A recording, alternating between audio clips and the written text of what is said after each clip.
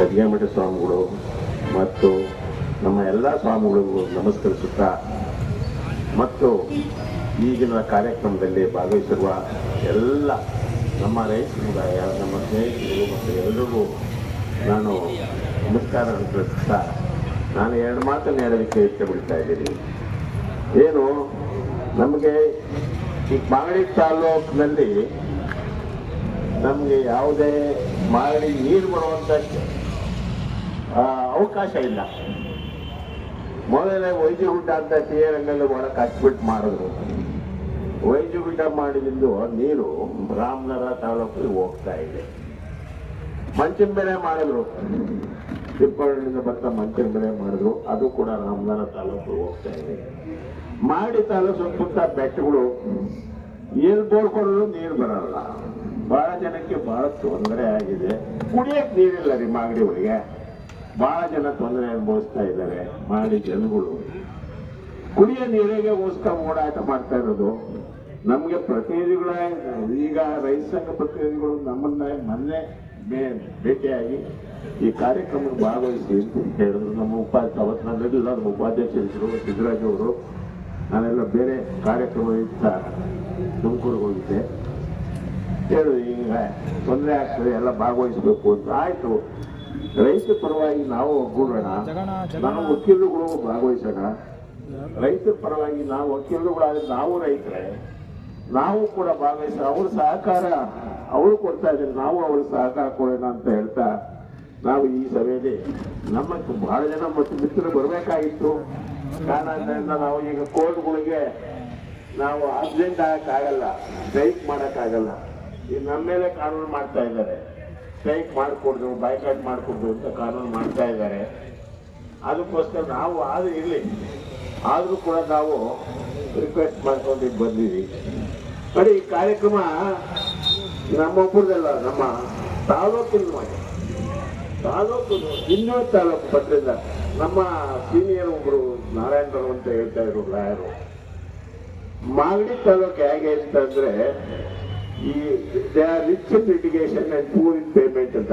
ಅಂದ್ರೆ ವ್ಯವಸಾಯಕ್ಕೆ ಈಗ ಲಿಟಿಗೇಷನ್ ಮಾಡಕ್ಕೆ ಜಾಸ್ತಿ ಲಿಟಿಗೇಷನ್ ಮಾಡ್ತಾರೆ, ಆದ್ರೆ ದುಡ್ಡು ಕೂಡ ಬಹಳ ಕಡಿಮೆ. ಯಾಕೆಂದ್ರೆ ಅಲ್ಲಿ ವರಮಾನ ಇಲ್ಲ, ಡ್ರೈ ಏರಿಯಾ ಇದೆ. ಆದ್ರಿಂದ ಅದೇ ರೀತಿಯಲ್ಲಿ ಮಾಗಡಿ ಕೋರ್ಟ್ ಆಗಿದ್ದು 1979 ಕೋರ್ಟ್ ಅಂದ್ರೆ ಅವಳನ್ನು ನಾವು ಇದ್ದೀವಿ ಮಾಡಿದ್ವಿ. ನಾವು ಈ ರೈತ ಸಂಘಕ್ಕೆ ಹೋರಾಟಕ್ಕೆ ನಾವು ಎಲ್ಲ ವಕೀಲರು ಕೂಡ ಭಾಗವಹಿಸ್ತೀವಿ ಅಂತ ನಾನು ಒಕ್ಕಲಿನಿಂದ ನಾನು ಈ ಸಭೆಯಲ್ಲಿ ನನಗೆ ಮಾತು ಕೊಡ್ತಾ ಇದ್ದೀವಿ. ಎಲ್ಲ ಸೇರಿ ಸಂದರ್ಭದಲ್ಲಿ ನಾವೆಲ್ಲ ಭಾಗವಹಿಸ್ತೀವಿ. ನಾವು ಹೋರಾಟ ಮಾಡೋಣ. ನಾವು ನೀರಿಗೋಸ್ಕರ ನಮಗೆ ತಾಲೂಕು ಮತ್ತು ಇದಕ್ಕೆ ನೀರಿಗೋಸ್ಕರ ಕುಡಿಯೋ ನೀರು ಓಡಾಡೋಣ ಅಂತ ಅಂದ್ಬಿಟ್ಟು ನಾವು ಕೂಡ ಅವ್ರ ಕೈಲಿ ಅವ್ರ ಜೊತೆ ಭಾಗವಹಿಸ್ತೀವಿ ಅಂತ ನಾನು ಇವರೆಲ್ಲರ ಪರವಾಗಿ ನಾನು ಮಾತು ಕೊಡ್ತಾ ಇದ್ದೀನಿ. ದಯವಿಟ್ಟು ಬೇಜಾರು ಮಾಡ್ಕೋಬೇಡಿ. ಯಾಕೆಂದ್ರೆ ನಮಗೆ ಸುಸಂದರ್ಭ ಬಂದಿರಲಿಲ್ಲ ಭಾಗವಹಿಸೋಕ್ಕೆ. ಯಾರು ಈ ಹೋರಾಟಕ್ಕೆ ನಮಗೆ ಹೇಳಿರ್ಲಿಲ್ಲ. ಆದ್ರಿಂದ ಮೊನ್ನೆ ಹೇಳಿದ್ರು, ಹೋದ ವಾರ ಒಂದ್ಸರಿ ಹೇಳಿದ್ರು, ಕಲ್ಯಾಣ ಬನ್ನಿ ಸರ್ ಅಂತ ಅಂದ್ಬಿಟ್ಟು ಫೋನ್ ಮಾಡಿ ಹೇಳಿದ್ರು. ಅವಾಗ ಈಗ ಬರೋಕ್ಕಾಗಲ್ಲಪ್ಪ, ನನ್ನ ಬೇಸರ ಬರ್ತೀನಿ ಅಂತ ಹೇಳಿದೆ. ದಯವಿಟ್ಟು ನಮ್ಮ ಸಹಕಾರ ಕೂಡ ಇದೆ. ದಯವಿಟ್ಟು ಸ್ಟ್ಯಾಟಿಸ್ಟಿಕ್ ಬಗ್ಗೆ ನಮ್ಮ ರೈತರಿಗೆ ಬಹಳ ವಿಷಯವಾಗಿ ಹೇಳಿದ್ದಾರೆ ನಮ್ಮ ಸ್ನೇಹಿತರು ವೆಂಕಟೇಶು. ಅವರು ಏನೇನು ಆಗುತ್ತೆ, ಎಷ್ಟೆಷ್ಟಿದೆ, ಎಷ್ಟು TMC ಆಗುತ್ತೆ, ಎಷ್ಟು TMC ಕೊಟ್ಟು ಎಷ್ಟು ಕೊಡ್ಬೋದು ಅಂತ ಹೇಳಿದ್ದಾರೆ. TMC ಕೊಟ್ಟು ಸಾಕು ನೀರು ನಮಗೆ ಕುಡಿಯೋ ನೀರು ಕೊಟ್ಟರೆ ನಮಗೆ ಎಷ್ಟೋ ಸಂಸ್ಥೆ ಮಾಡಬೇಕು. ಈ ಗೆದ್ದುಗಳು ಬಂದವರು ಕೂಡ ಕುಡಿಯೋಕ್ಕೆ ನೀರಿಲ್ಲ ಅಂತ ಮನೆ ಹುಡುಕ್ತಾರೆ, ಅಲ್ಲಿ ನೀರಿಲ್ಲ ಅಂತಂದ್ರೆ ಬೇರೆ ಮನೆ ಹೊಡೆಯುತ್ತಾರೆ. ಆ ಮಟ್ಟಿಗೆ ಮಾಡಿ ಬಂದಿದೆ. ದಯವಿಟ್ಟು ನಾವು ಕೈಗೊಳಿಸ್ತೀವಿ, ನೀವು ಕೂಡ ಸಹಕರಿಸಿ, ನಾವು ಸಹಕರಿಸ್ತೀವಿ ಅಂತ ಎರಡು ಮಾತು ಹೇಳೋಕ್ಕೆ ಅವಕಾಶ ಇದೆ. ಎಲ್ಲರೂ ಒಂದು ಸುತ್ತ ನನ್ನ ಮಾತನ್ನು ಮುಗಿಸ್ತೀನಿ. ಜೈ ಕರ್ನಾಟಕ. ಧನ್ಯವಾದಗಳು ಸರ್. ನಮ್ಮ ಹೋರಾಟದ ಬೆಂಬಲವನ್ನು ಸೂಚಿಸಿದ್ದಾರೆ. ಜೊತೆಗೆ ಕಾನೂನಾತ್ಮಕವಾಗೂ ಕೂಡ ನಿಮ್ಮ ಪರ ನಾವೆಲ್ಲ ಇರ್ತೀವಿ. ತಾಲೂಕಿನಲ್ಲಿ ನಾವು ನೀರು ಕುಡಿಯೋಕ್ಕೆ ಫಲಾನುಭವಿಗಳು ಅನ್ನತಕ್ಕಂಥ ಒಂದು ಸಂದೇಶವನ್ನು ನೀವು ಕೊಟ್ಟಿದ್ದೀರಾ. ತುಮಕೂರು ಧನ್ಯವಾದಗಳು. ಈಗ ನಮ್ಮ ಕಾರ್ಯಕ್ರಮಕ್ಕೆ ಜಿಲ್ಲಾ ಹಸಿರು ಸೇನೆ ರೈತ ಸಂಘದ ಅಧ್ಯಕ್ಷರಾಗಿರ್ತಕ್ಕಂಥ ಭೈರೇಗೌಡರು ಆಗಮಿಸಿದ್ದಾರೆ. ಅವರು ಕೂಡ ಕಾರ್ಯಕ್ರಮದ ಪರವಾಗಿ ಸ್ವಾಗತವನ್ನು ನಾವು ಅವರಿಗೆ ಕೋರ್ತಾ ಇದ್ದೀವಿ. ಈಗ ನಮ್ಮ ವಿದ್ಯಾರ್ಥಿ ಮಿತ್ರ ಕಿರಣ್ ಅವರು ಒಂದೆರಡು ಮಾತನಾಡಬೇಕಾಗಿದೆ. ವೇದಿಕೆ ಮೇಲೆ ಉಪಸ್ಥಿತಿ ಇರುವಂತಹ ಎಲ್ಲ ಶರಣರಿಗೆ ನಮಸ್ಕಾರ. ಅದೇ ರೀತಿ ಹೇಳ್ತಾ ಇದೀವಿ, ಯಾರಪ್ಪನ ಮನೆಯಿಂದ ನಮಗ್ ಬೇಡ. ಪಾಪ ಕುಣಗಳವರು ನಮ್ಮ ರೈತರು, ಮಾಗಡಿಯವರು ನಮ್ಮ ರೈತರು. ಕುಣಿಗಲ್ಗೆ ಹರಿಯೋ ನೀರು ಕುಣಿಗಲ್ಗೆ ಹರಿಯುತ್ತೆ, ಮಾಗಡಿಗೆ ಹರಿಯೋ ನೀರು ಮಾಗಡಿಗೆ ಹರಿಯುತ್ತೆ. ಈಗ ಅವರು ಎಲ್ಲ ಏನೇ ಸರ್ಕಾರದ ಯೋಜನೆಗಳು ಮಾಡಿದ್ರು ಕೂಡ ಸರ್ಕಾರದ ತೆರಿಗೆ ದುಡ್ಡಿಂದ ಮಾಡೋದು. ಸರ್ಕಾರ ಅಂದ್ರೆ ಯಾರು? ಸರ್ಕಾರ ಅಂದ್ರೆ ನಾವು ನೀವು ಜನಗಳು. ಸರ್ಕಾರ ಅಂದ್ರೆ ಯಾರ್ದೋ ಅಪ್ಪ ಅಲ್ಲ, ನಮ್ಮಪ್ಪ. ನಾವು ನೀವು ಕಟ್ಟೋ ತೆರಿಗೆ ದುಡ್ಡಲ್ಲೇ ಸರ್ಕಾರ ಯೋಜನೆಗಳನ್ನ ಮಾಡ್ತಾವ್ರೆ. ಇವತ್ತು ಹೋಗಿ ರಾಜಕಾಲುವೆಗಳನ್ನ JCB ತಗೊಂಡೋಗಿ ಮುಚ್ಚಾಕ್ಬಿಟ್ರು. ಏನ್ ಸೊಗಡು ಶಿವಣ್ಣ ಅವ್ರ ಅಪ್ಪನ ಮನೆದ ದುಡ್ಡು ತಂದು ಕೊಡ್ತಾರ? ನಮ್ದು ದುಡ್ಡು ವೇಸ್ಟ್ ಆಗಿರೋದು, ನಿಮ್ದು ದುಡ್ಡು ವೇಸ್ಟ್ ಆಗಿರೋದು. ಯಾರಪ್ಪಂದೇನು ದುಡ್ಡಲ್ಲ. ನಾವು ಕೇಳ್ತಾ ಇರೋದು, ಈ ಹಿಂದೆ ಪೂರ್ಣಚಂದ್ರ ತೇಜಸ್ವಿ ಅವರು ಒಂದ್ ಮಾತು ಹೇಳಿದ್ದಾರೆ, ಕನ್ನಡದ ಹಿತವನ್ನ ಯಾರು ವಿರೋಧಿಸ್ತಾರೆ ಅವ್ರಿಗೆ ಕಪ್ಪು ಮಸಿ ಬಳಿಬೇಕು ಹೊರತು ಪೇರನ್ನು ನೋಡಿ ಹೆಚ್ಚಬಾರ್ದು ಅಂತ.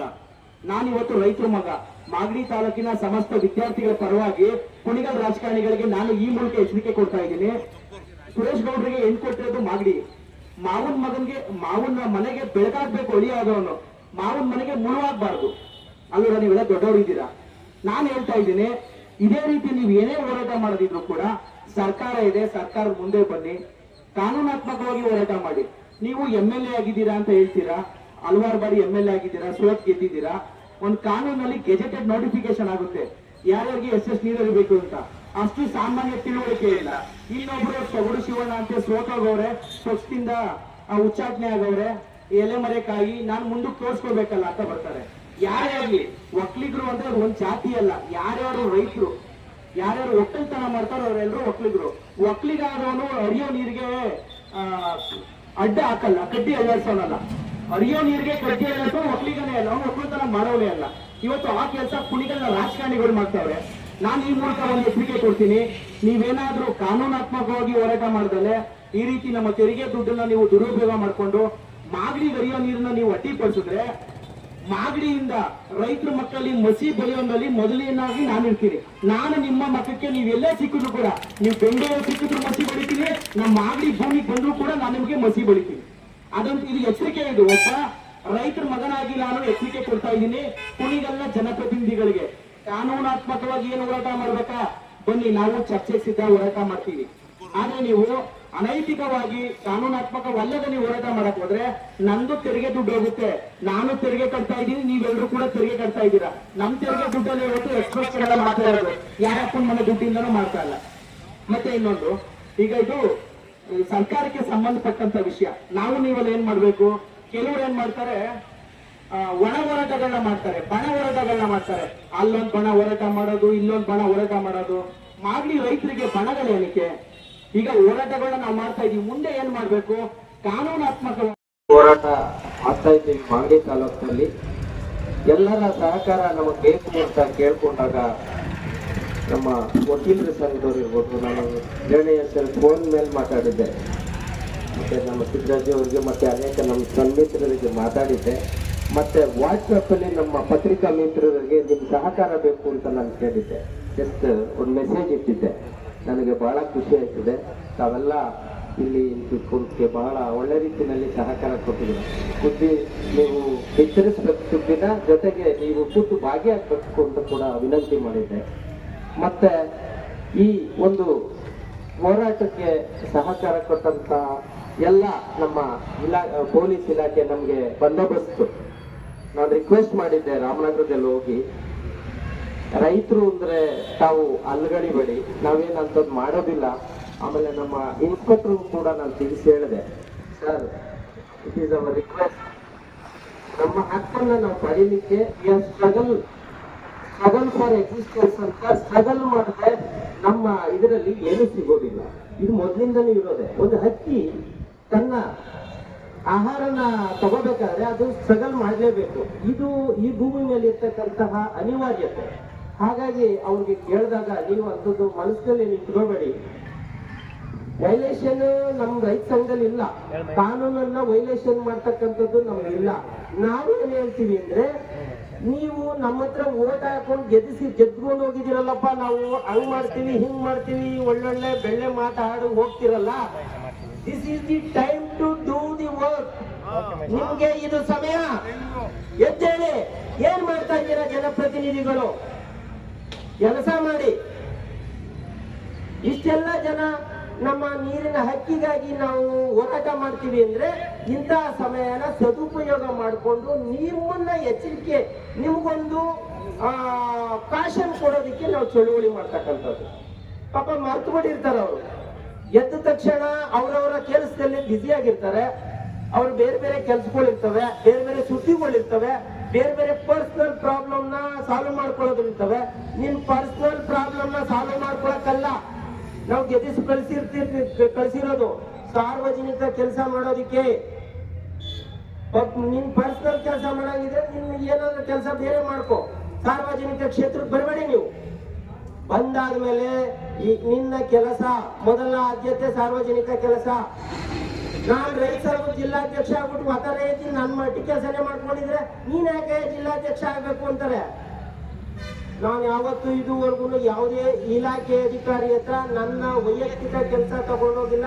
ನಾನು ನಮ್ಮ ಮಹಾರಾಜನವ್ರು ಗೊತ್ತಿದೆ ಅಂತ ನಾನು ಭಾವಿಸ್ತೀನಿ, ನನ್ನ ವೈಯಕ್ತಿಕ. ಅದೇ ರೀತಿ ಜನಪ್ರತಿನಿಧಿಗಳು ಅಂದ್ರೆ ಅವ್ರ ಸಮಯ ಕೊಡಬಹುದು, ವೈಯಕ್ತಿಕ ಕೆಲಸ ಕೊಡಬಾರ್ದು ಅಂತಲ್ಲ. ಇದು ಬಹಳ ತುರ್ತಾಗಿದೆ. ಯಾರ ಕಾನೂನಾತ್ಮಕವಾಗಿ ನಾವೇನ್ ಮಾಡ್ಬೇಕು ಮತ್ತೆ ಹೋರಾಟಾತ್ಮಕವಾಗಿ ಏನ್ ಮಾಡ್ಬೇಕು, ನೀವೆಲ್ಲ ಕೈ ಜೋಡಿಸಿ ಖಂಡಿತವಾಗ್ಲೂ ನಮ್ಗೆ ಮಾಗಡಿಗೆ ನೀರು ಬರುವಂತ ಕೆಲಸ ಆಗುತ್ತೆ. ಈಗಾಗಲೇ